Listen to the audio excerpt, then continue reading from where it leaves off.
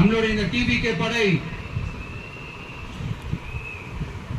நட்பு சக்தி இருந்தாலும் இல்லைனாலும் தனியாவும் நின்று கெத்தா ஜெயிக்கிற அளவுக்கு ஒரு மிகப்பெரிய படை. அதுலயும் ரொம்ப முக்கியமா இன்னைக்கு இந்த கூட்டத்துக்கு வரலனாலும் நான் அந்த போர்ல நடந்த அந்த கதை மாதிரி கட்ஸான குயில்கள் நிறைந்த பெண்கள் படையை நம்மளோட இருக்கிறாங்க. அந்த பெண்கள் படையை பார்த்துதான் அரசியல் அரங்கமே அதிர்ந்து போயிருக்குது. அதனால எல்லாரும் ஒரு நிமிஷம் எனக்காக எந்திரிச்சு நில்லுங்களா பிளீஸ். நான் சொல்றதை கொஞ்சம் ரிப்பீட் பண்ணுங்க.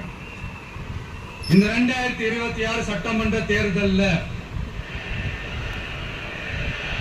நாம எல்லாரும் உண்மையாக உழைப்போம், சத்தியமாக உழைப்போம், உறுதியாக உழைப்போம், ஒற்றுமையாக உழைப்போம்.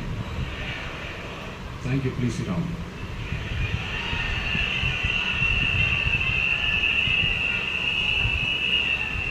உங்களுடைய இந்த வார்த்தையை நான் மனப்பூர்வமா நம்புறேன்.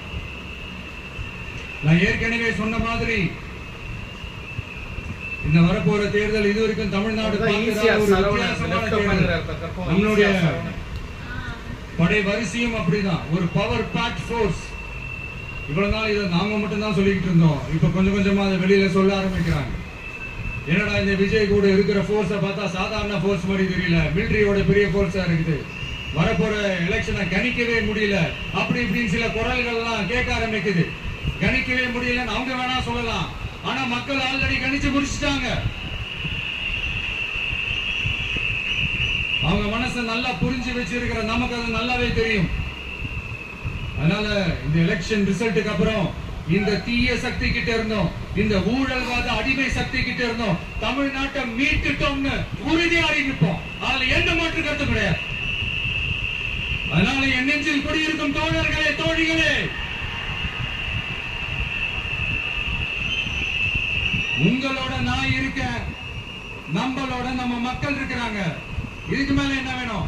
கான்பிடென்டா இருங்க, நல்லதே நடக்கும், வெற்றி நிச்சயம். மீண்டும் சந்திக்கும் வரை நன்றி, வணக்கம்.